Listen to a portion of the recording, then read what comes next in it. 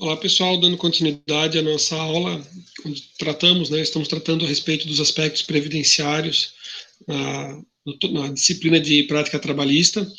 Então, a gente parou justamente nesse slide, onde a gente está fazendo a distinção entre quem é segurado obrigatório e quem é segurado facultativo, né? Os segurados obrigatórios são aqueles filiados ao sistema de modo compulsório. Então, eles são obrigados a contribuir, tá? A partir do momento que exerce uma atividade remunerada. Então, a pessoa exerce uma atividade remunerada, é um empregado, é um profissional liberal, ele é obrigado a contribuir, tá? Os segurados facultativos são aqueles que desejam fazer parte do sistema previdenciário, apesar de não exercer uma atividade remunerada. Professor, dá um exemplo. Às vezes tem uma senhora que é do lar e ela gostaria, né, de contribuir. Ou às vezes você quer contribuir, às vezes tem uma colega professora que ela, com o filho, ela começou a fazer a contribuição. O filho não tinha, ele não estava trabalhando, ele era um segurado facultativo, tá? A gente vai detalhar mais. Então, quem são os segurados obrigatórios? Os empregados, né, todo empregado, o empregado doméstico ele vem com a lei complementar 150, uma lei específica, né, a lei complementar 150, o trabalhador avulso, né, trabalhador avulso é aquele que trabalha, por exemplo, no porto, né, os portuários, quem trabalha no porto, então assim, ele não está no dia a dia, ele é chamado, esse é um exemplo de trabalhador avulso. Segurado especial já logo vem em mente, né, aquele trabalhador rural em atividade, né, de economia familiar, esse é um exemplo de um segurado especial, tá? A gente vai ver outros casos, mas daí a forma dele de contribuição também é diferente, tá? E o contribuinte individual, né? O contribuinte individual é aquele que não é empregado, mas ele é, né, é um profissional liberal, por exemplo. Segurado especial, né? O que eu fiz? Eu tirei a parte, né, o slide que falava sobre o empregado doméstico, até porque a gente conhece bem, né? Segurado especial são os trabalhadores rurais que produzem regime de economia familiar, sem utilização de mão de obra assalariada permanente e em área de imóvel rural explorado, seja de até 4 módulos fiscais. O que a gente está querendo fazer é assim, ó, esse segurado especial é um pequeno produtor, tá? Ele não é um baita produtor, se ele é um baita produtor, ele é um empresário, tá? Então, assim, o segurado especial aqui é um pequeno produtor. Também são considerados segurados especiais o pescador artesanal, o índio que exerce atividade rural, e estão incluídos nessa categoria desde que, né, trabalhem com a família em atividade rural. Então, ali o cônjuge também, o filho que eu falei, lembra que eu falei desde os 12 anos, né? Filhos maiores de 16. Aqui é a questão do que eu tenho, maiores de 16, mas a gente busca e pleiteia e consegue, né, a partir dos 12 anos, tá? Certeza, perfeito. Tá? Aqui está trazendo a questão da legislação, mas é entendido que o quê? Porque quem trabalha no campo, né, os filhos, eles começam a trabalhar desde cedo, eles não vão ali desde 16. E quem a gente está tendo atualmente se aposentando, não é alguém que nasceu agora novinho, é alguém que vem lá e que agora já está com seus 60 e poucos anos. Essa pessoa, quando ele começou a trabalhar, não é essa legislação de agora que impede o trabalhador com 16, né, só pode trabalhar a partir dos 16 ou como menor aprendiz. Antigamente a pessoa começava a trabalhar muito mais cedo. Lembrando também o seguinte, aqui a partir de 1991 vai ter que ter contribuição para a Previdência Social, então vai ter que emitir nota, né, dependendo para quem que ele comercializa, quem paga essa nota é o empresário. Isso. E tem outras pessoas também que já tem o pai, por exemplo, que assinou a carteira desde os 12, tá? Aí o que acontece? É cada situação, né? Também assim, estou falando, para comprovar que é trabalhador rural, não é simplesmente dizer assim, eu trabalhava no campo, né? Você traz todo um conjunto probatório, né? A escritura dos imóveis, né, da atividade rural, que nem eu falei, certidão de nascimento, certidão de casamento dos pais, que constava que eles eram trabalhadores rurais. Para que vocês tenham ideia, e a gente está falando do conteúdo, mas a gente também está associando com a prática. Eu tenho assim, ó, uma senhora que ela vem de uma família, né, uma atividade rural, ela se casou com o marido também vem de uma família, né, que também era tipo produtor rural. Esse marido foi trabalhar, no centro, na companhia Renault, em Brusque, só que daí ele, o cara trabalhou a vida inteira no campo, ele voltou para o campo, tá? Quando a gente fez o pedido de aposentadoria, o INSS falou assim, ó, me traz aqui a certidão de casamento e eu quero comprovar, porque eles fazem o cruzamento entre o marido e a mulher, tá? Então, o que a gente mencionou? Porque aquele período que ele e ela foram morar na cidade, ele pegou por causa da carteira de trabalho dele, tá? Esse período não foi computado. O que aconteceu? Ela tinha atividade rural nas terras do pai, antes do casamento, eles se casaram, foram morar um pouco no centro de Brusque, tá? Eles se mudaram, e depois eles voltaram para o campo. O cara ficou 6 meses trabalhando na cidade, tá? Então, assim, professor, e se tivesse colocado que ela ficou no campo e o marido foi trabalhar na cidade? Beleza? Basta comprovar, tá? Então são esses pontos, para vocês terem como parâmetro, né, o que o INSS faz. De forma geral, tipo assim, ó, o INSS, de forma geral, o que acontece é assim, ó, você contribui, certo? Aí você imagina que depois de 35 anos você vai chegar lá e o INSS vai lhe estender o tapete vermelho e tudo mais, e que você vai receber o benefício com uma certa facilidade, né? Talvez, com uma preocupação, né, teve uma pessoa que me questionou a respeito, né, da documentação, hoje, inclusive. Aí eu falei para ele o seguinte, na Inglaterra, são mundos diferentes, tá? Na Inglaterra, se eu pergunto o número de documento da pessoa, a pessoa responde. Você não solicita nada. Vocês não tiveram uma aula com um professor, mas teve um professor que foi recentemente morar no exterior e ele retornou, ele foi fazer o pós-doutorado. E aí ele contou que ele falou assim, eu vou fazer a autenticação dos documentos, ele queria autenticar os documentos. O pessoal não sabia o que era, tipo assim, não conseguia entender. Porque você imagina isso. Você imagina o seguinte, né? A diferença, né, de mundos, né? O que você pergunta para a pessoa lá na Inglaterra, o cara te diz, ele não precisa de documento nenhum. Você falou, está falado. No Brasil, não. Você apresenta o documento. Ele fala, não. Documento assim, não. Eu preciso que você leve lá no tabelionato, lá no cartório, né? E reconheça que tem um selo, né? Você vai pagar lá, vai ter que ter um confere com o original. Essa cópia simples eu não aceito. Né? Ou se não apresenta o original, claro, né? Mas eu estou querendo dizer assim, ó, são mundos completamente distintos, né? Na Europa lá que o que você fala é verdadeiro, é tudo como verdadeiro, e no Brasil talvez, né? Uma série de preocupações com fraudes e tudo mais, você vai comprovar tudo documentalmente. Se não comprovar, professor, se não comprovar a atividade rural, beleza, não vale? É tipo, eu trabalhava lá com meu pai na roça. Tá bom. Você tem alguma coisa como comprovar? Não tenho. Claro, geralmente o cliente não tem. Você tem que fazer o quê? Pedir para ele no cartório, pegar uma segunda via. Ele vai lá na prefeitura, porque tinha aquela escolinha, mas hoje em dia tá. Aí ele vai atrás da documentação. Então ele solicita segundas vias, né? Porque popularmente, ou na nossa região, o pessoal que é mais antigo, quando falece um parente, eles fazem um negócio chamado de limpa, né? O que é a limpa? Eles pegam as roupas, pegam tudo, botam tudo no fogo, né? Aí depois eles percebem a bobagem que fizeram, porque apagaram todo o histórico, toda a questão de documental que se tinha, e esses documentos são extremamente importantes, né? Então, assim, vai atrás de outros documentos, né?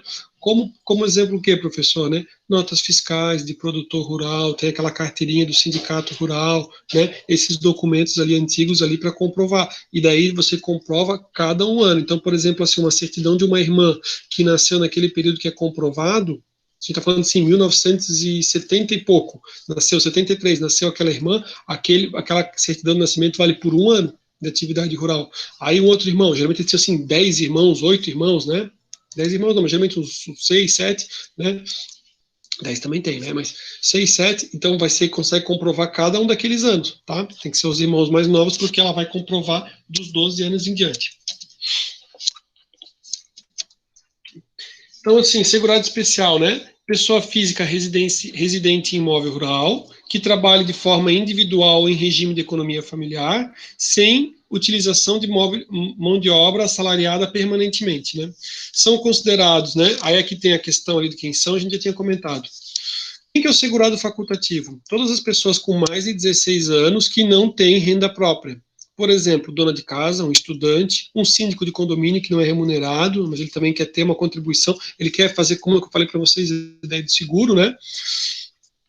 Presidiários não remunerados, estudantes bolsistas, tá? Eles podem contribuir de forma facultativa. Dependentes, quem são os dependentes? Né? A expressão beneficiário é gênero, que nem a gente falou, né? E pessoas físicas que vão ter direitos aos benefícios e serviços, e por isso temos os segurados, né? E os dependentes dele, quem depende daquela pessoa. A dependência é uma relação jurídica acessória, pois ele recebe o benefício em virtude do segurado ser contribuinte.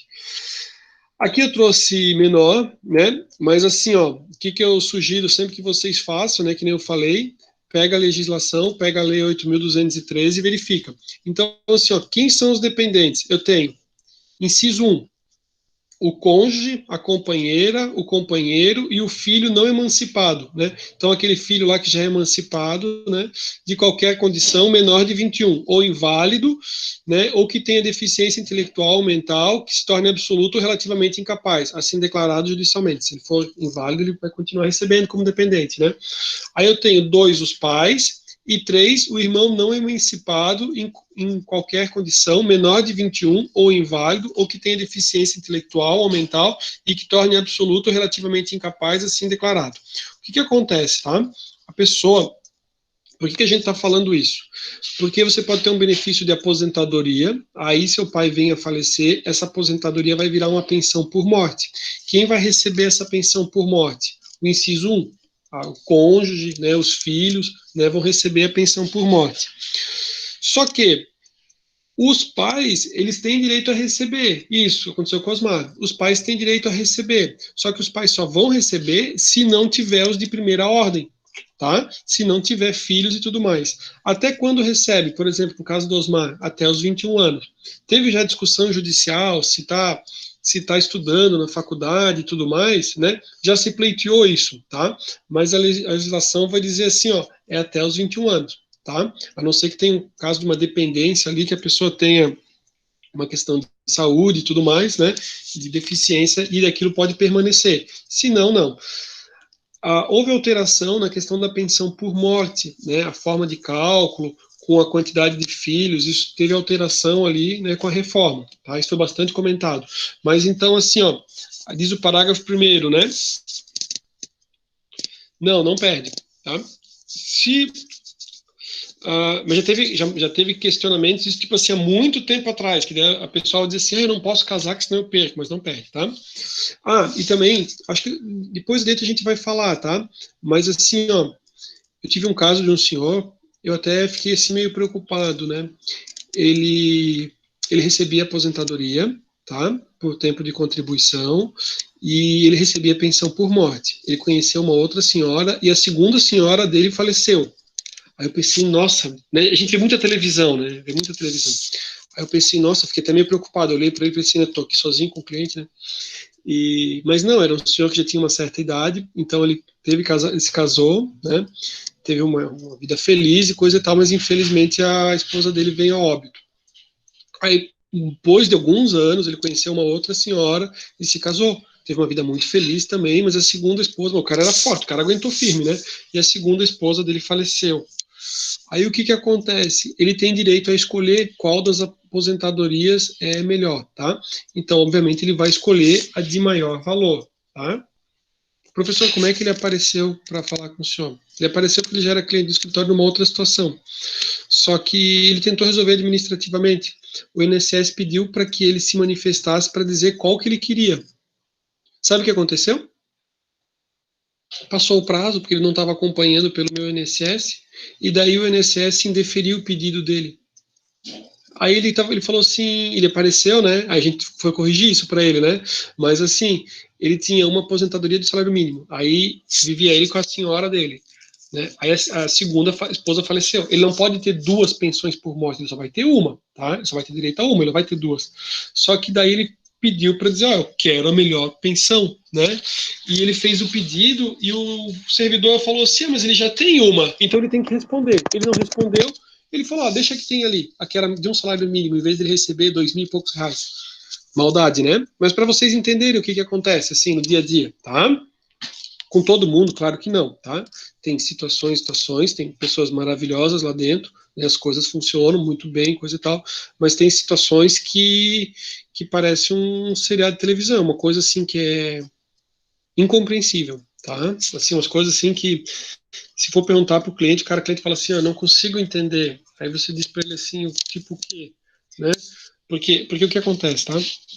O servidor, pela legislação, ele é obrigado a conceder o melhor benefício. E ele é obrigado a orientar o cliente, né, o segurado, a obter o melhor benefício. Segurado ou dependente, a obter o melhor benefício.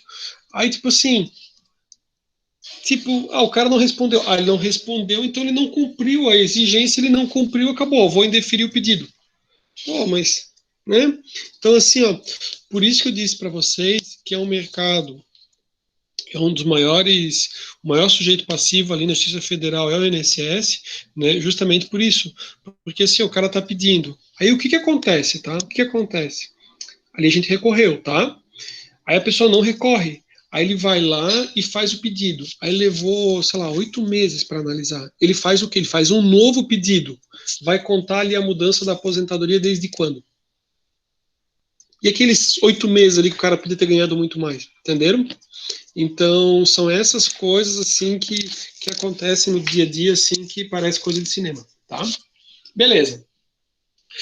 Concubinato não vale, tá? O cara que já tinha uma esposa, que ele tem a concubina lá, né? Não está previsto coisa e tal, ela não teria direito, tá? E a dependência econômica das pessoas, no inciso 1, tá escrito ali, ó, é presumida. Então, assim, é óbvio que o filho menor depende, é óbvio que a esposa depende, né? O cônjuge vai receber, e os demais deve ser comprovada. Então, tipo assim, ó, se esse benefício vai ser revertido para o pai, é obrigado a comprovar que o pai necessitava, né, você vai juntar documentos, né, que comprovem que o pai necessitava desse benefício, o pai ou a mãe, né, que às vezes a mãe vive hoje, atualmente, digamos, da renda que aquela pessoa tinha, né? Aliás, eu falei da aposentadoria, mas pode ser tipo eu ou vocês, que às vezes está trabalhando e você ganha sua remuneração, seu salário e você ajuda seu pai e sua mãe em casa. Aí você vem a falecer. Aí esse direito, né, pode ser, essa pensão pode ir para o seu pai e para sua mãe. Só que daí tem que ser comprovado que eles têm uma situação de dependência, tá bom? Beleza. Aqui a gente já explicou a questão da presunção de dependência, né, dos dependentes de primeira classe. Primeira classe são chamados aqui, ó, os do inciso 1, tá? E a separação de fato quebra a dependência econômica, sim, para ter direito à pensão por morte, né? Se tiver a separação de fato, deverá comprovar que era sustentada pelo cônjuge, tá? Eu tenho uma situação assim que eu vou analisar, que eu estou aguardando o pedido que ela fez há um tempo atrás, a cliente vem, já uma senhora de mais idade, e ela não sabia explicar direito. Só que ela já tinha requerido uma vez para o INSS, então estou guardando ali a cópia do processo administrativo para ver o que aconteceu, né, nesse processo dela. Separação ou divórcio que tenha sido fixada a pensão alimentícia ainda faz com que a pessoa seja dependente. Então, assim, tem pensão para o resto da vida, ela é dependente, está comprovado, ela recebia pensão, tá? Aí diz ali, ó, a mulher que renunciou aos alimentos na separação judicial tem a pensão previdenciária por morte do ex-marido, comprovada necessidade econômica superveniente. Então, assim, necessidade econômica superveniente é que acontece alguma coisa que faz com que ela necessite. Então, isso já é uma súmula lá do STJ, né? Aí ela vai comprovar, ela vai ter direito, tá? Então, são alguns casos bem importantes aqui, e para dar um clique, né, tipo, em vocês ali, uma possibilidade, tá? União estável gera dependência. Então, não sou casado, mas eu tenho lá união estável. Eu tenho um casal agora recentemente, mas não era uma questão previdenciária, mas eles têm lá a certidão de união estável, gera dependência. E o concubinato, né, que é aquele relacionamento, é o amante, né? O STF e o STJ diz que não gera dependência, tá? Dependentes, né? O enteado e o menor tutelado equiparam-se a filho mediante declaração do segurado e desde que comprovada a dependência econômica na forma estabelecida, né? Esse não é o caso do filho, mas é o caso do enteado, que foi criado praticamente como se filho fosse, não foi, digamos, não teve ali alteração no nome, no registro, né? Mas daí se comprovar, ele vai ter direito, tá? Isso aqui a gente comentou. E os dependentes de segunda classe a gente comentou também. Filiação. Filiação é o vínculo que se estabelece entre as pessoas que contribuem para a Previdência e esta, do qual decorrem direitos e obrigações. Então, diz o parágrafo 1º, né? A filiação à Previdência decorre automaticamente do exercício de atividade remunerada para os segurados obrigatórios. Então, assim, você é um empregado de uma empresa, essa filiação é automática, tá bom? Observado o disposto no parágrafo 2º e da inscrição formalizada com o pagamento da primeira contribuição para o segurado facultativo, tá? Então, a partir de que momento? A gente está falando isso porque depois a gente está pensando lá na frente do benefício, ou para ver se ele atingiu a carência necessária, ou os requisitos. Então, a partir de quando está valendo? Aqui a gente está falando da filiação e agora a inscrição. O que é a inscrição? A inscrição é o cadastro no banco de dados no INSS, chamado de Cadastro Nacional de Informações Sociais, é o CNIS, tá? Essa foi a informação que eu digo para vocês que é bastante importante. Quando vocês forem avaliar se a pessoa tem ou não tem direito à aposentadoria, vocês peguem a documentação dela, por exemplo, a carteira de trabalho, né? Verifiquem se o tempo está certo, questionem para ela se, além do que consta na carteira, se ela teve alguma reclamação trabalhista, se ela ingressou com alguma ação trabalhista, porque ela pode ter ingressado, e essa reclamação ali foi computada aquele período. Ou, às vezes não está lá na carteira, mas judicialmente foi estabelecido que o valor da remuneração não era aquele constante na carteira, mas um valor mais alto. Então, isso tem que constar lá, e isso você informa para o INSS, tá? O que acontece muito? Ó, a pessoa tem o tempo de entrada, mas ele não tem o tempo de saída, e às vezes vocês conhecem bem, vocês são contadores, a empresa não está pagando as contribuições, não paga contribuição, não encaminha as obrigações acessórias, não envia as declarações, então no INSS não aparece. Então eu tenho situações onde o vínculo com a empresa não aparece, né? Tem casos que aparecem, mas tem vínculo que não aparece, isso. Isso, se perder a carteira vai ficar mais complicado ainda, né? E não aparece, e eu tenho situações onde não aparece a data de fim. Então, por isso, quando é feito o pedido, quando vocês forem fazer a solicitação, vocês juntem a carteira. Hoje em dia, como a gente está falando tudo do meu INSS, vocês vão fazer o quê? Vão digitalizar a carteira de trabalho, todas as folhas, e na hora de juntar, você bota lá, anexar CTPS, aí anexa CTPS, né? Faz uma cartinha, né? Um ofício, uma petição, né? Dizendo assim do tempo, quanto tempo que tem, o cálculo, coisa e tal, e junta também é bacana, tá? Em nome do próprio segurado. Então, o que acontece? Aí o sistema do INSS, na hora que ele faz o cálculo, ele não faz a contagem correta. Por quê? Porque tem divergência no CNIS. Se não tiver nenhuma informação, a pessoa diz que ele trabalhou, a carteira diz que trabalhou, só que lá no INSS não consta informação, e daí é negado o benefício. Isso acontece bastante. Tá? Professor, o INSS deve negar o benefício nessas situações? Não. Tá? A portaria, a IN 77, vai dizer, de 2015, ela diz o seguinte, que o servidor do INSS, ele é obrigado a fazer uma carta para que o segurado cumpra a exigência. Então, ele faz como se fosse uma lei de notificação, tá?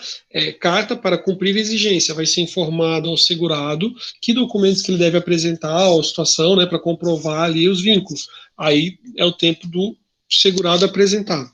Professor, o que o professor recomenda? Eu recomendo que já na inicial você, tipo assim, quando for fazer o pedido, já junte todos os documentos, tá? Como é que era feito antes, até 2019 e tudo mais? A pessoa fazia o pedido, tá? Qualquer um pode ligar 135 e fazer, qualquer um não, o segurado, né? Pode ligar 135 e fazer o pedido, tá?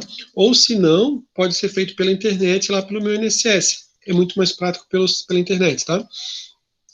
Só que, com esse excesso de trabalho do INSS, o funcionário, o servidor, ele olhava o sistema, ele verificava assim, ó, não tem o tempo de contribuição, indeferia. Ele não abria para cumprir a exigência. Alguns sim, outros não. Então, assim, no risco, já junta tudo já desde o começo. Já apresenta tudo, né, já faz uma cartinha, né, não uma carta, você sabe que não é uma carta, é como se fosse uma petição, mas estou querendo dizer assim, ó, ela é administrativa, então ela não tem uma formalidade, digamos, gigantesca, né? É como se fosse, né? Ao INSS, aí o nome do segurado, portador do RG, CPF e tal, né, venho por meio desta, né, solicitar, não sei o que, informar, não sei o que, daí explica que ele tem o tempo, só para comprovar, assim, é um a mais, muito importante, tá? Professor, como é que o professor faz? Eu faço uma petição, como se fosse uma petição para o juiz, eu faço uma petição, só que eu faço uma petição para o INSS, requerendo, né, então eu coloco dos fatos, do direito e dos pedidos. Mesmo esquema, que nem a gente foi trabalhando em outras aulas. Então, né, quem teve aula comigo de perícia, a gente fez. Lembra que a gente fez a denúncia anônima e tudo mais, né, defesa, recurso. Então, eu faço dos fatos, do direito e do pedido. Né? Aí, no pedido, eu coloco, olha, se por um acaso, né, não foi identificado que o cliente tem o direito, eu autorizo a alteração da DER, D-E-R, DER, alteração da DER. Isso é algo que geralmente as pessoas não sabem o que é, e já adianto para vocês o que é o DER. A alteração é assim, ó, eu faço o pedido agora, sei lá, em fevereiro.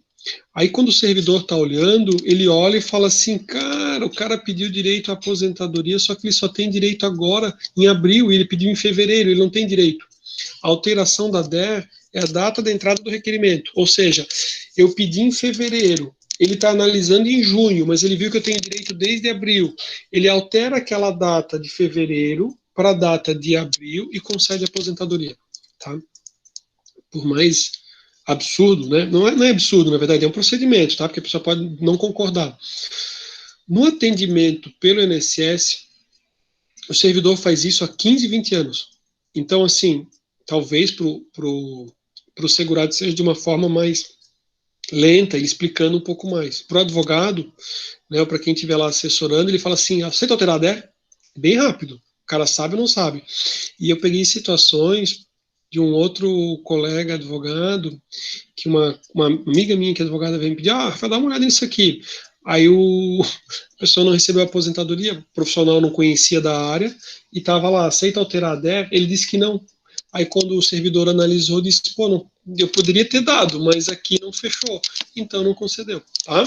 Isso é alteração da DER, DR. Quando você for fazer o pedido, ele vai fazer alguns questionamentos.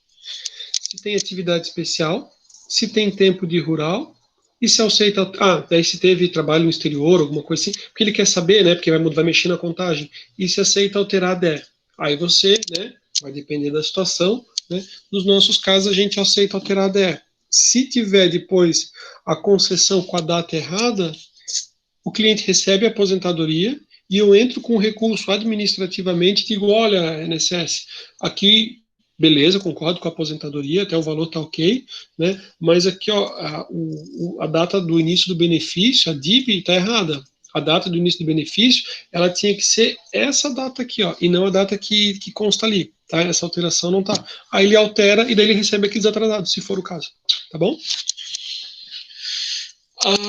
Vamos lá, né? Então, regra, a filiação ocorre primeiro e na sequência a inscrição. Exceção é os segurados facultativos que primeiro, né, a inscrição e após a filiação. Enquanto a filiação só procede para os seus segurados, a inscrição ocorre tanto para os segurados como para os dependentes. Então, o segurado que trabalhe para a empresa ou empregador doméstico é a empresa ou empregador doméstico que tem a obrigação de fazer a inscrição desse segurado. Vocês sabem, né? É feito, hoje em dia tem e-social e tudo mais. Quando o segurado trabalha por conta própria, diferente daquele empregado ou doméstico, ou não trabalha, é facultativo, é ele próprio que deve promover a sua inscrição, né? Então, aliás, tive uma pessoa que me falou, ele falou assim, Rafael, eu nunca dei atenção para isso ali. Tá, mas a empresa, né, fez todo e consta lá o extrato que inicia. A inscrição do segurado especial deve identificar a terra onde trabalha, né, trabalhador rural, ou os membros do grupo familiar que desenvolve atividade campesina. Deve-se respeitar a idade mínima, que é 16 anos, né? Já falei sobre isso. Porém, se uma criança ou adolescente começa a trabalhar, daí diz, caso o empregador viole a idade mínima, o segurado não poderá ser prejudicado, contando-se o tempo de contribuição conforme entendimento do STJ.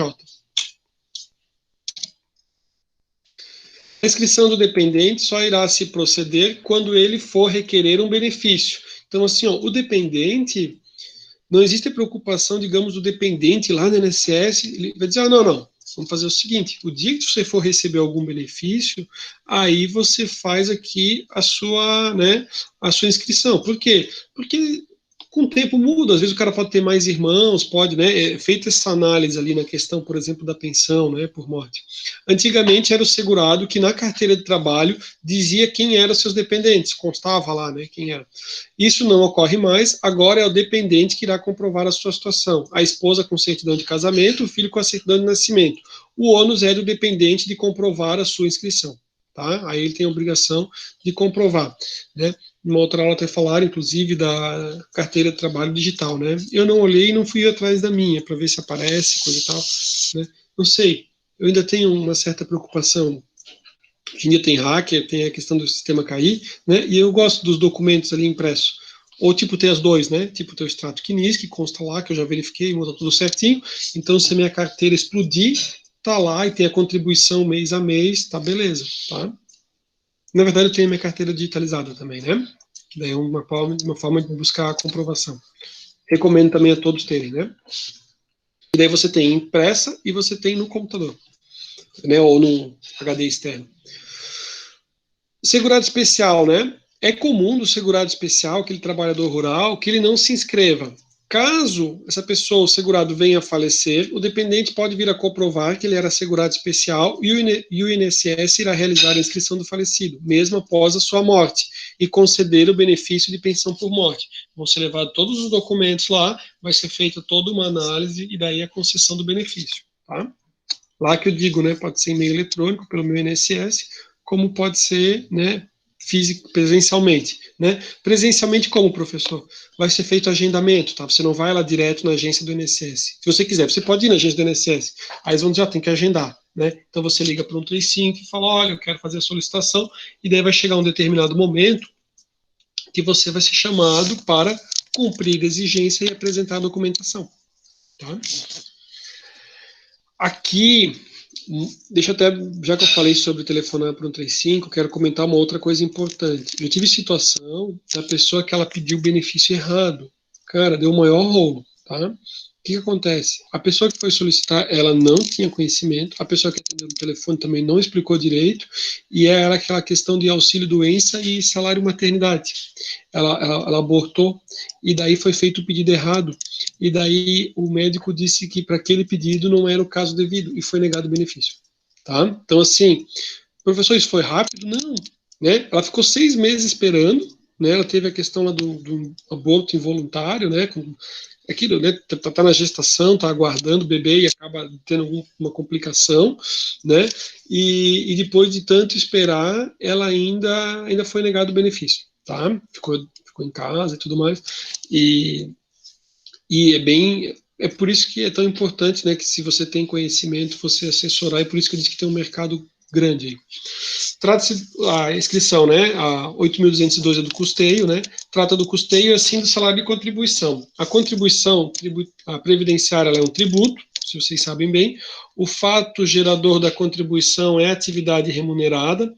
O Osmar tinha comentado antes a respeito do nosso exercício a gente até colocou com a contribuição previdenciária, eu acho que vocês devem ter feito os ajustes, né, conforme a emenda constitucional, que daí ela varia, né, até ela chegar a 14%, e tem ali as deduções. A base de cálculo correspondente à remuneração do trabalhador, observados limites mínimos e máximos. Né, a base de cálculo corresponde à remuneração. Beleza. O máximo porque você tem até o teto, né? O teto acho que é em torno de 6.100 atualmente. O salário mínimo hoje em dia é 1.045. Então, o salário de contribuição. Então, é a soma de todos os valores recebidos no mês até o teto. Constitui a base de cálculo da contribuição previdenciária. Deixa eu comentar. Assim, ó, aqui ele vai falar, né, quanto que é, e daí ele explica o que compõe e o que não compõe. Depois, se for o caso, eu até pulo o slide, mas que eu vou aproveitar e vou mostrar aqui para vocês. Ó, 8.212, tá? Aí, deixa eu me lembrar.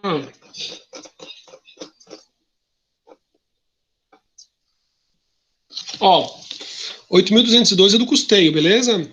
Então eu tenho aqui, ó, entende-se por salário de contribuição. Ó. Aí ele explica, ó, do avulso, para o empregado doméstico, o que, que é a remuneração dele, para o contribuinte individual, pelas empresas, para o segurado facultativo, o salário maternidade é considerado salário contribuição, isso aqui já teve alteração, vocês sabem, né? Tem mesma coisa do seguro-desemprego e tudo mais. Então, que mais? Deixa eu ir lá para o 20 aqui, né?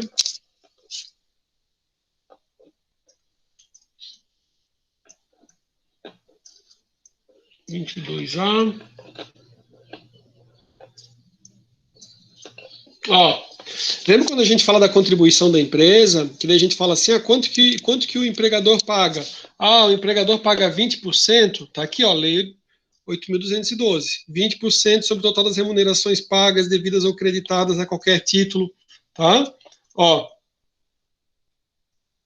risco do acidente do trabalho, ó, 1, 2, 3%, estão vendo, ó? Os conteúdos vão se fechando. É claro que talvez, né, é o nosso conteúdo que a gente está trabalhando sobre o assunto, mas às vezes não necessariamente a pessoa entrou aqui na legislação. Amanhã a legislação muda, alguma coisa assim, vocês têm que saber de onde é que vem a informação, né? Tá? Vamos voltar ali no 20, que eu falei que eu queria mostrar o 20 para vocês. Ou não era o 20? É porque eu tenho...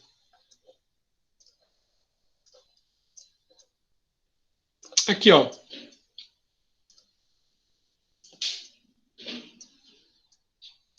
Será que é o 28?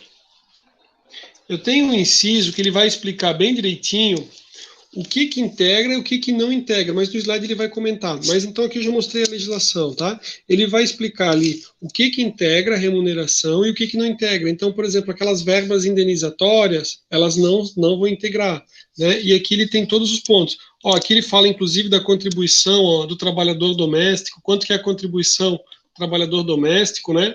8% e aquele 0,8 que é o SAT, que vocês chamam de RAT, né? Que é o risco de acidente de trabalho, tem a questão da nomenclatura, que é o seguro. Então, o RAT é 1, 2, 3, que é o SAT, está no nosso material, a gente vai visualizar, né? E para o trabalhador doméstico, esse percentual é de 0,8, tá? E a gente vai comentar mais um pouco. Deixa eu só, já que eu estou aqui, deixa eu aproveitar mais um pouco. Não, porque aqui já estou em outras coisas aqui. Ó, salário de contribuição, ó. Então aqui, ó, entende-se por salário de contribuição, ó, para o trabalhador avulso, para o trabalhador doméstico, para o contribuinte individual. Aí depois,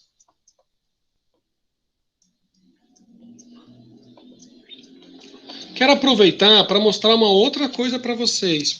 Lembra que eu falei, e se eu falei, mas não dei tanto destaque, quero mais uma vez destacar com bastante ênfase. Nessa matéria previdenciária, a gente tem, né, tributo, né? Vocês sabem, toda a questão, contadores, vocês sabem, toda a questão que envolve tributos, né? Então tem o interesse, né, do Estado. Então, olhem como vocês têm alteração aqui, ó, no que integra, no que não integra. Então, olha aqui, ó, medida provisória 2015, daí já não tem mais valor, não tem mais vigor, ó. Lei 7.090, ó. Lei 10.779, 2003, medida provisória 2019, revogada pela medida provisória 955/2020, tá? Aí, então, assim, tem um vai e volta grande aqui na brincadeira, né? Olha só, quer ver um exemplo que eu até queria mostrar para vocês? Ó, aí ele vai dizer aqui, ó, deixa eu até aproveitar, né? O 28, parágrafo 9, diz assim, ó, não integram o salário de contribuições para fins dessa lei. O que não conta lá como salário de contribuição, tá? Então, os benefícios da Previdência Social, salvo salário maternidade. Beleza. As ajudas de custo e adicional mensal recebidos pelo aeronauta, a parcela in natura recebida de acordo com os programas de alimentação, isso não integra para fins de INSS, as importâncias recebidas a títulos de férias indenizadas, e respectiva adicional, inclusive a dobra da remuneração. Por isso que quando a gente tem a indenizada lá, não vai computar o INSS, tá? Daí mais, as relativas à indenização por tempo de serviço anterior a 88, né? E daí aqui as alterações que a gente vai tendo, ó. Subir demais. Que mais? Recebidos a título de incentivo de demissão, aquela demissão voluntária, né? ganhos eventuais, maternidade, e aqui, ó. Aqui eu queria mostrar para vocês o que acontece. Por que eu estou comentando e por que eu estou fazendo vocês virem na legislação? Estou fazendo vocês virem na legislação pelo seguinte, olhem só, as diárias de viagem, as que não excediam 50% da remuneração, elas não eram computadas, beleza? Desde que elas não excedessem. Agora, teve uma alteração, né, que daí é a reforma trabalhista, e daí agora as reformas, as diárias para viagens. Então, elas não entram para fins INSS. Então, a gente está tendo essa aula agora em 2020, né? Você vê que também tem situações aqui que, por exemplo, eu tenho medida provisória em vigor, aí a medida provisória, depois ela não é convertida em lei, ela deixa de valer, tá? Eu tenho várias situações aqui, ó, na Lei 8.213, tá? Que daí teve a medida provisória e depois não passou no Congresso, tá? Então, depois surgiu a legislação, mas a legislação não ficou naquele mesmo sentido, tá? Então, isso aqui é importante porque a gente está falando de 2020, pode ser que daqui a pouco vocês vão ver algo em 2021. E daí em 2021 pode ser que não seja bem isso, né? Vocês que estão no dia a dia dos escritórios, vocês sabem que isso acontece com bastante frequência, tá? Beleza, vamos voltar aqui para nossa apresentação.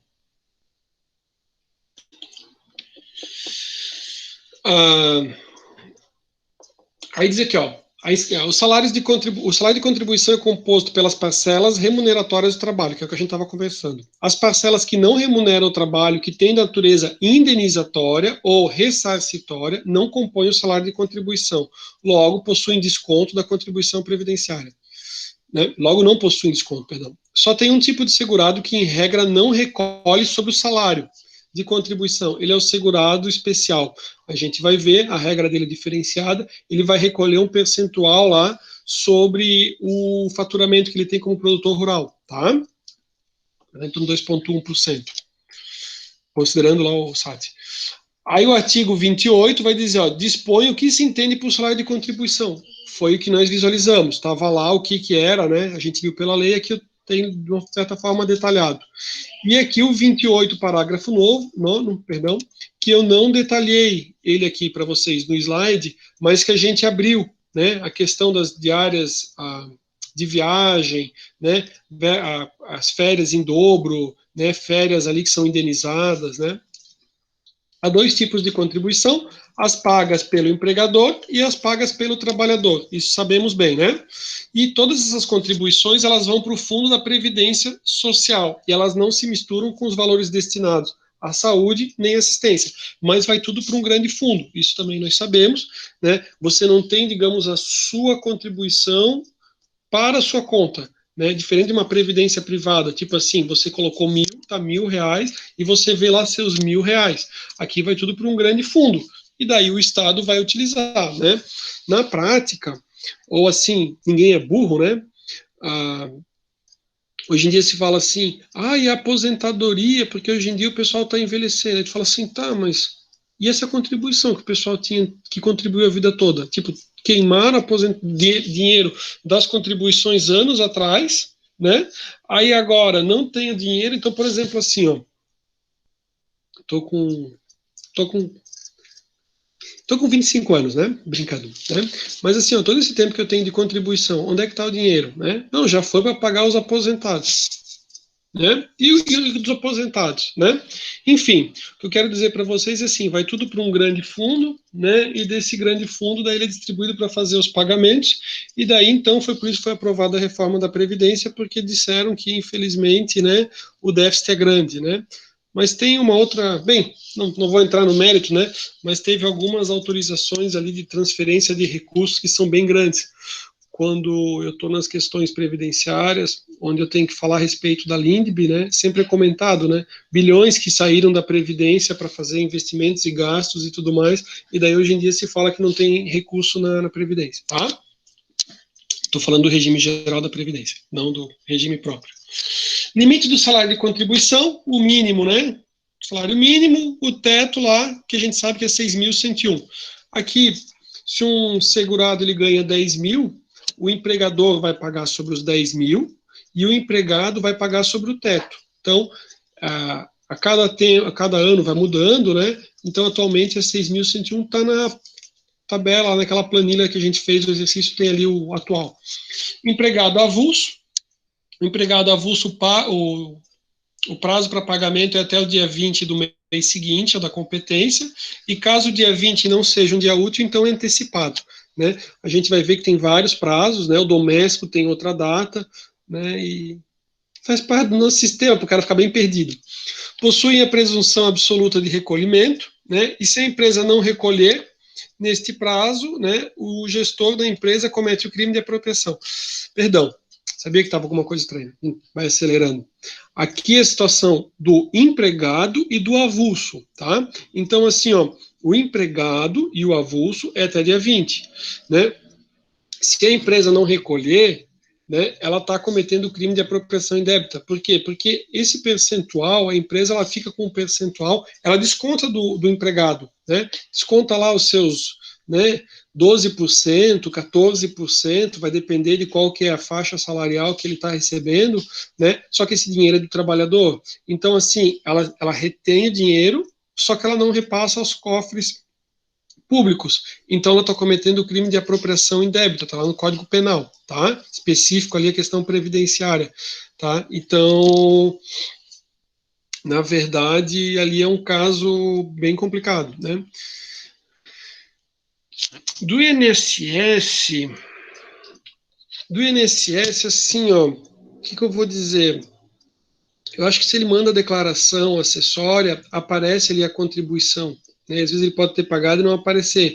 O que a gente consegue visualizar bem é o FGTS, né? Cada um visualiza.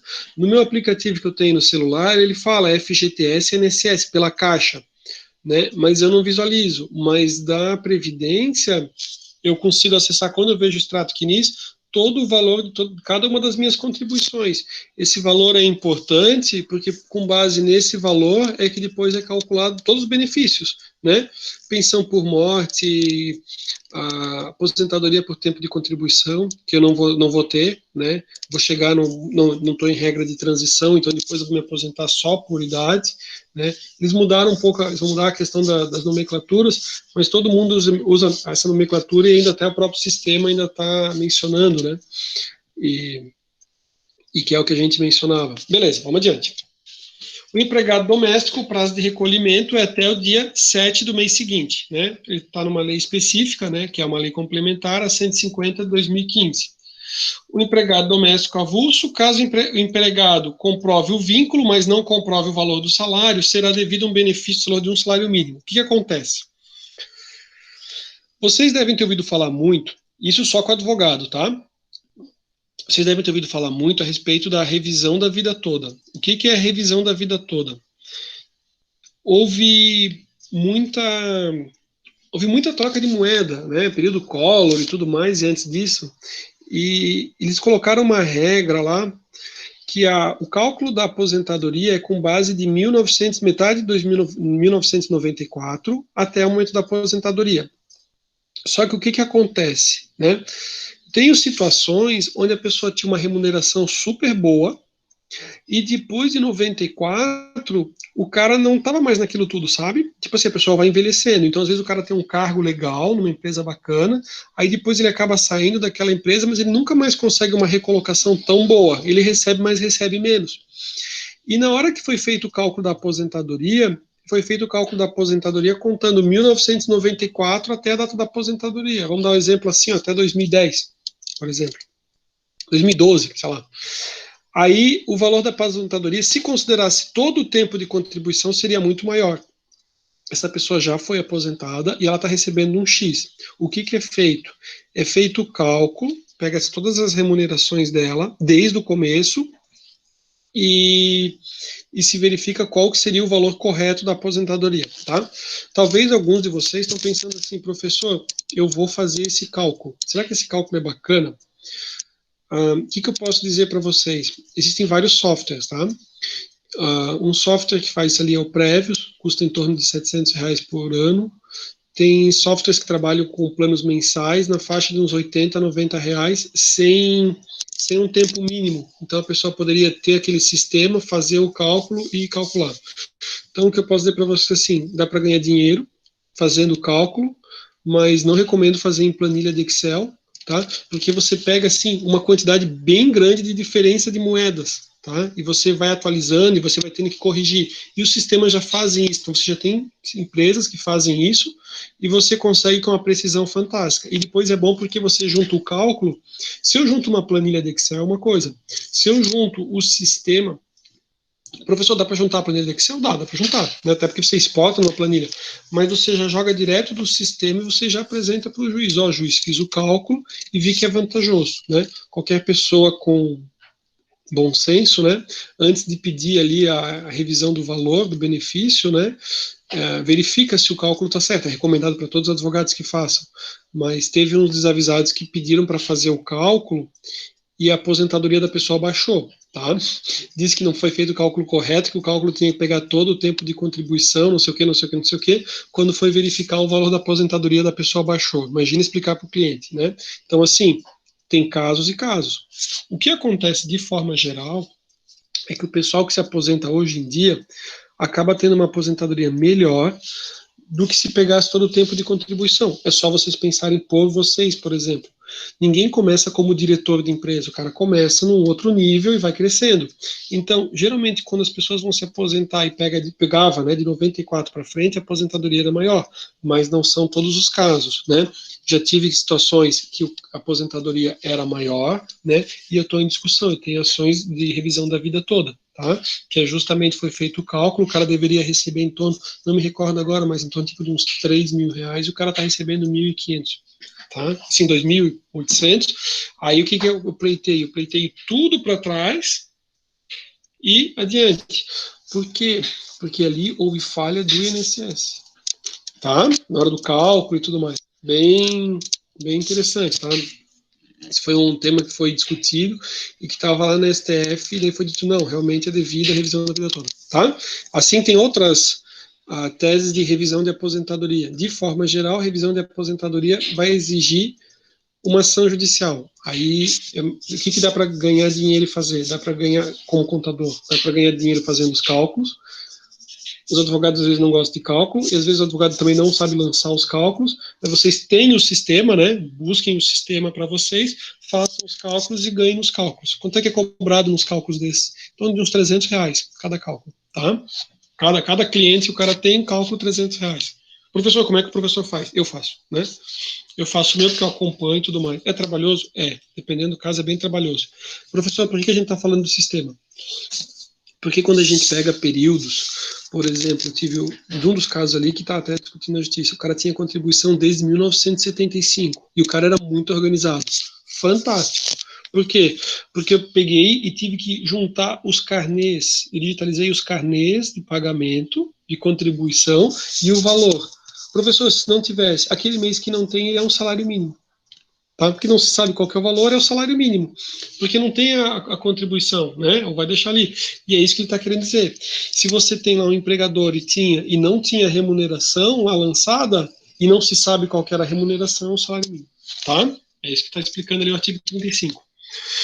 Segurado facultativo e contribuinte individual. Aí aqui, a gente tem algo que já foi muito comentado, e hoje em dia, às vezes até acabou ali a questão da razão de ser, né? O que acontecia? Antes da reforma, a pessoa se aposentava por tempo de contribuição ou se aposentava por idade, beleza? Não estou falando empregado. O cara vai ser descontado lá do salário, então eu sou empregado da faculdade, acabou, descontado e acabou.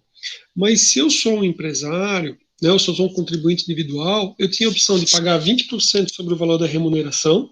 Então, assim, ó, imagina assim, ó, eu tenho pessoas, tá? O cara diz assim, ó, eu quero contribuir sobre 5 mil. 5 mil, 20%, R$1.000 todo mês para o INSS. Todo mês, R$1.000 para o INSS. Para buscar depois a aposentadoria, beleza? R$1.000 é dinheiro, tá? O cara pagar lá durante os 35 anos. Aí, existia uma outra possibilidade que era o recolhimento simplificado. 11%. Só que esse 11%, eu vou recolher 11%, ele só me possibilitaria a aposentadoria por idade e não por tempo de contribuição. Então, assim, o que acontece na maioria dos casos? A pessoa vai trabalhar, né, e ou é contribuinte individual, ele quer fazer a contribuição, ele começa a fazer desde novo. Então, vamos botar assim, ó, 20 anos. 20 anos mais 35, com 55 anos ele teria o direito de uma aposentadoria por tempo de contribuição. 55. Ah, professor, isso foi 2 anos antes, com 53. Beleza? 35 anos de contribuição. Professor, se for mulher, mulher é 30 anos de contribuição. Então, a mulher com 18 anos, mais 30 anos de contribuição, com 48 ela podia ter aposentadoria. Ok? Depois tem a ideia do fator previdenciário, a gente não conversou sobre isso, tá? Mas com 48 a mulher teria aposentadoria. Isso se ela começou com 18, tá? O recolhimento simplificado de 11%, ele só dá direito à aposentadoria por idade. Então, assim, eu pago menos, 11%, só que eu só vou me aposentar com 65 homem, anteriormente com 60 anos mulher, mudou a legislação, tem a regra de transição, mas vai ser 62 anos mulher. Urbano, tá? Rural é 60 homem, 55 mulher, tá? Só que daí, a análise é o seguinte, antes valia a pena o cara pagar esse percentual mais alto.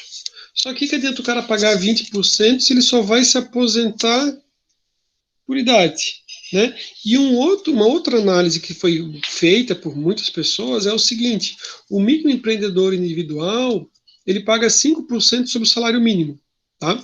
Ele só vai ganhar o salário mínimo, beleza. Mas tem gente que também faz o recolhimento simplificado de 11% sobre o salário mínimo. Então, assim, se ele fosse um microempreendedor individual, ia dar na mesma. No final ia dar na mesma, tá? Já comentei com vocês, a gente já fez uma conta, acho que um dia em aula, que se a pessoa tiver, né, e se ela está buscando, se ela vai ter uma aposentadoria de um salário mínimo, vale muito a pena ela ser um microempreendedor individual, tá? Garante, tem lá a contribuição, melhor do que dono de casa, que depois tem que comprovar, tem situações que ele permite, por exemplo, facultativo aqui, tá? Sem renda própria e de baixa renda, é 5% sobre o salário mínimo. Só que daí você tem que ter toda uma questão de comprovação para dona de casa. É mais complicado, dependendo, o INSS não aceita. Então, assim, ó, né, de casos até de servidor, ali, de parentes de servidor, o ideal é que o cara realmente seja, então, microempreendedor individual, uma situação dessa, né, sendo possível. Tá? Ah, professor, eu quero me aposentar com teto. Beleza, então você vai para outra ideia. Mas se, digamos, é para pagar 11% sobre o salário mínimo para aposentar por idade, então melhor ser microempreendedor individual. Tá? Lembrando, né, claro, o cara não vai poder ser microempreendedor individual, ter outras empresas, tem outros quesitos para analisar.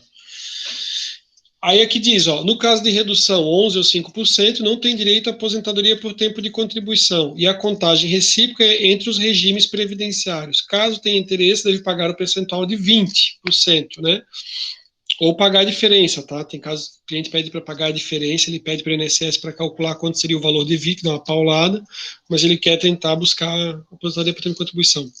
Né? E para ser considerado baixa renda, a família deve estar inscrita no cadastro único para programas sociais do governo, cuja renda mensal deve ser de até 2 salários mínimos. O segurado facultativo e contribuinte individual precisam fazer o recolhimento até o dia 15. Se não for dia útil, né, prorroga-se. Segurado especial. Segurado especial é o trabalhador rural, né? Exemplo, né? Ou pescador e tudo mais. Contribui com percentual incidente sobre o valor da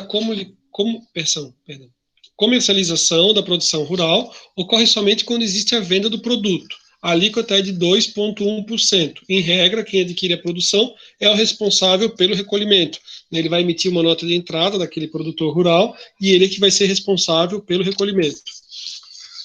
Somente quando esse produtor rural vende no varejo, exporta ou vende para outro segurado individual, é que daí, então, ele tem que fazer a contribuição. O segurado especial não se aposenta por tempo de contribuição, apenas por idade ou invalidez. E o segurado especial, caso ele queira, ele poderá contribuir facultativamente como contribuinte individual, né, e caso queira receber mais o salário mínimo, tem direito à aposentadoria por tempo de contribuição. Aqui também tem um outro assunto que depois é uma ideia de uma aposentadoria híbrida, né? Mas daí é mais adiante.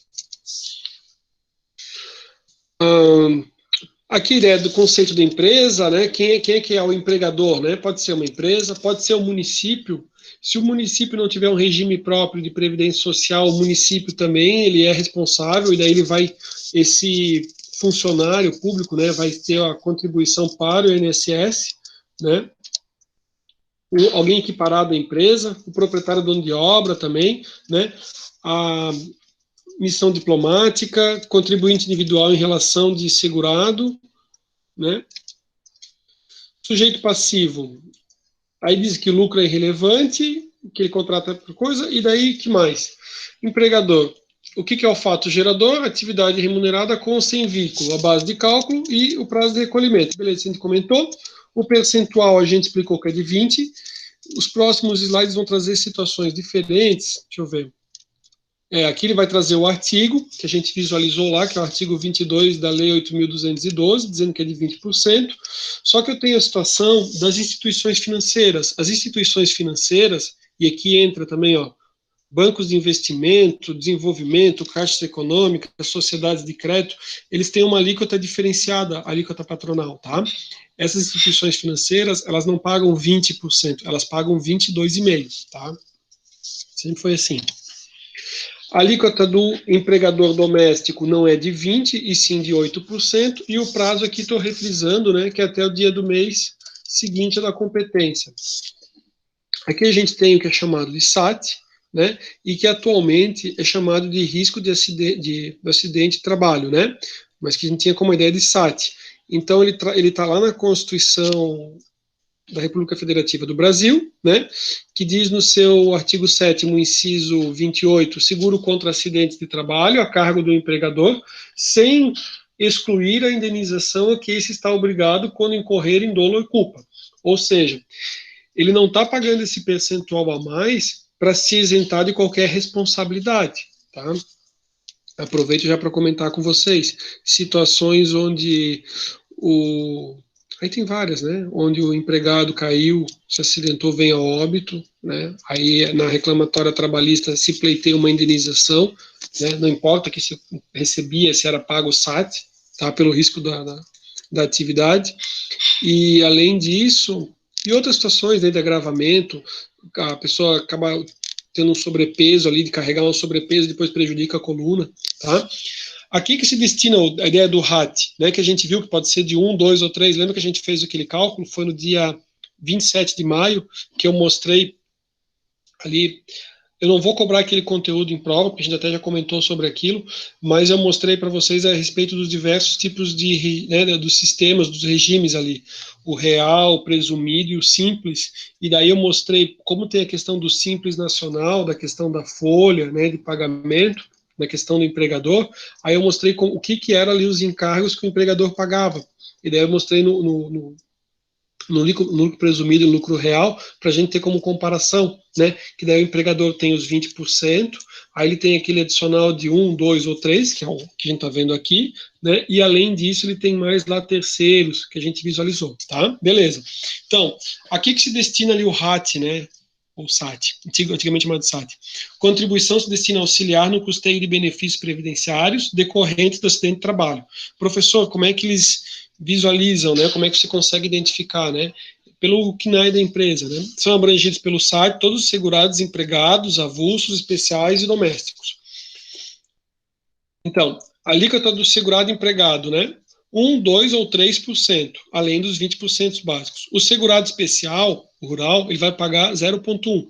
Por isso que o percentual dele vai ser de 2,1% sobre a produção, tá? O doméstico é 0,8%, além dos 8% que o empregador doméstico paga. Então, ele paga 8,8%. Em que alíquota a empresa se encaixa, né? É necessário saber a atividade preponderante da empresa e verificar junto os anexos da Previdência Social, né? Aí aqui vai ter, né, se é risco leve 1%, médio 2%, 3%, né, um risco mais alto. Tem algo também que é chamado de FAP, né? O que é o FAP? O FAP ele vai variar, né? Ele pode chegar a 0,5%, é um percentual aplicado, né? A 2%, né? Então ele pode fazer com que reduza, ele vai fazer com que reduza esse 1, 2 ou 3%, né, se ele for 50%, né, ou ele pode dobrar se ele vier a ser de 100%, né? Então ele diz assim, ó, empresas que possuem baixos índices de acidentes de trabalho podem ter essa alíquota reduzida em 50%, tá? Fizeram, né, ficou estranho ali. E empresas com alto índice de, ali não, aquele 0,5 ali, pessoal, não é por cento, tá errado aquilo lá, tá? É 0,5 a 2, porque ou você multiplica por 0,5, que é 50%, ou você multiplica por 2, que é 100%. Tipo assim, deu 3, ele pode vir a ser 6, tá? Por causa do FAP, tá? Então, só desconsidere esse percentual aqui, isso aqui tá errado, tá? Então, empresas com alto índice de acidente pode ter um aumento do percentual do SAT. Então, é como se fosse multiplicar por 2, ou seja, ter majorado em 100%. Né? Então, diz assim o artigo 10 da Lei 10.666, né? Sugestivo, né? A alíquota de contribuição de 1, 2 ou 3% destinado ao financiamento do benefício de aposentadoria especial, daqueles concedidos em razão do grau de incidência de incapacidade laborativa decorrente do risco do trabalho, poderá ser reduzida em até, e daí vai, né? Esta redução aumento é chamado de FAP, Fator Acidentário de Prevenção. O FAP é fixado de acordo com o número de benefícios acidentários gerados na empresa, utilizando sua frequência e duração. O FAP é calculado anualmente pelo Ministério do Trabalho e da Previdência Social. Cada empresa possui o seu FAP com relação ao desempenho do ano anterior. Só a título de curiosidade, eu digitei assim, ó, tá? Não vou entrar aqui em detalhes, mas eu pesquisei, eu apaguei isso, aqui, ó, joguei lá FAP 2020, publicada a portaria do FAP com vigência para 2020, no site da Previdência, ó. Portaria também define índices de frequência, gravidades e custos de acidentes e doenças do trabalho por atividade econômica. Foi publicado na quinta-feira, dia 26, Diário Oficial da União, com vigência para o ano, calculado, FAP aplicado, é um sistema de bônus. Aí ele explica, né? Ou ele é um bônus, ou ele é um ônus, né? Se for 0,5, vai diminuir pela metade, ele é um bônus, né? E, obviamente, o contrário, se ele vai botar o valor o dobro, é um ônus, né? E daí ele vai explicando, tá? Ó. Aí ele vai, aqui ele diz, ó, o FAP vigência 2020 foi calculado para o universo de 3.395.012 estabelecimentos CNPJs completos, assim distribuídos. O que deu de bônus, o que deu de neutros, o que deu de malus, né? Aí, desde a vigência, 2018, ocorreram mudanças no método de cálculo, conforme resoluções, tá? São considerados no cálculo os benefícios acidentários e tudo mais. Vamos voltar para a nossa apresentação. Mas beleza, a gente já viu o que é o FAP. A gente já viu até como faz para localizarem, né? Aí as empresas, por exemplo, que ela tem um SAT de 3, e daí digamos que o FAP deu 1,35, vai ficar então, né, num total, né, no ajustado, que eles chamam de RAT ajustado, atualmente que eles usam como RAT, né, RAT ajustado, 4,05, tá? Quem paga essa conta é a empresa, nunca o segurado, tá? Aí, beleza. Daí tem algumas explicações, como por exemplo assim, ó, caso a pessoa jurídica possua mais de um estabelecimento, como é que vai acontecer? A Receita Federal, ela tem como base uma única empresa, somando todos os empregados, assim as atividades preponderantes será aquela com mais funcionários, né? Atividade preponderante, beleza. O STJ possui o entendimento de que as pessoas jurídicas possuem mais de um estabelecimento, o cálculo deve ser feito separadamente, tá? Então, vai depender da situação. Se você verificar que está sendo prejudicial, né, aí vale verificar e verificar juridicamente a situação, tá? Em caso de negligência da empresa quanto às normas de segurança e higiene do trabalho, né, pode a Previdência propor uma ação regressiva contra os responsáveis. O que está querendo dizer é o seguinte, tá? Não é porque você paga ali, né, o SAT e tem lá o fator aplicado que vai possibilitar você ter uma empresa, um caos, né? Imagine o seguinte, né? Lembra que a gente conversou antes do intervalo que eu falei que no Brasil você tem que comprovar com a documentação, né, que você comprova que é verdadeiro, que você tem direito ao benefício? Beleza, então esse é o nosso sistema. Por quê? Porque, na verdade, a pessoa vai passar, né, hoje em dia a expectativa de vida, você tem pessoas que estão vivendo até os 100 anos, então imagina a pessoa dos 65 até os 100 anos, né, recebendo todo mês, né, a sua aposentadoria, né, e depois disso recebendo, né, a 13º e tudo mais, que também recebe junto com a aposentadoria, tá? Agora, pensem comigo, imaginem que a Previdência Social está tendo uma quantidade enorme de aposentadoria por invalidez. O cara começa a trabalhar, se acidenta de forma permanente, não vai nunca mais trabalhar, é um baita prejuízo para a Previdência, certo? O cara trabalha lá um ano, se quebra todo lá, a Previdência vai pagando. A Previdência, ela pode muito bem fazer o seguinte, olha, cara, tu me desculpa, mas esse teu negócio aí, não é porque tu paga um percentual a mais que tu pode fazer isso com o funcionário, né? Ela pode ingressar em juízo, exigindo do empregador, né, de ele ter que pagar por causa dos danos causados ali ao segurado. Tipo assim, ó, exigir a questão da aposentadoria por invalidez, tá? Por uma questão de negligência da empresa. Por isso que existe uma preocupação tão grande das empresas, né, de reduzir os riscos ali de acidentes, né, a preocupação com os EPIs também, né, até porque a questão dos EPIs, a questão dos acidentes vocês viram que vai influenciar no FAP, a questão dos EPIs você vai tirar a situação da aposentadoria especial, vai também diminuir a carga tributária para a empresa, né, e além também de ter ações, algumas coisas, os funcionários também pleiteando, né. Vamos um pouco mais adiante, ó. Aqui, ó, além dessas duas contribuições, pode ser que a empresa tenha que pagar uma terceira contribuição previdenciária a seus empregados, né, e avulso. Trata-se do financiamento da aposentadoria especial. A aposentadoria especial sofreu alterações, né, antes da reforma da Previdência, a pessoa se aposentava com 15, 20 ou 25 anos de trabalho, né, de contribuição. O que acontece? O assunto da aposentadoria especial ainda está em discussão, né, foi bastante debatido, e quem acompanhou a respeito da reforma da Previdência viu que eles fizeram o seguinte, né, eles disseram assim, ó, vamos aprovar a reforma assim como ela está, e a gente tem uma outra PEC, né, outra proposta de emenda à Constituição, que é a tal da PEC paralela, chamada PEC paralela, que ela estava transitando no Senado para depois aprovar. Então, porque o que acontece? A ideia é o seguinte, uma pessoa que trabalha dentro de uma mina, né, de carvão lá, o cara está em situação, assim, extremamente prejudicial para o pulmão, para tudo na vida da pessoa, né, o cara fica lá trabalhando, né, e outras situações. Então, assim, se entendeu o seguinte, que como tem um desgaste muito maior do corpo humano, com 15 anos trabalhando ali, o cara tá É que nem quem trabalha no sol o dia todo, vocês sabem.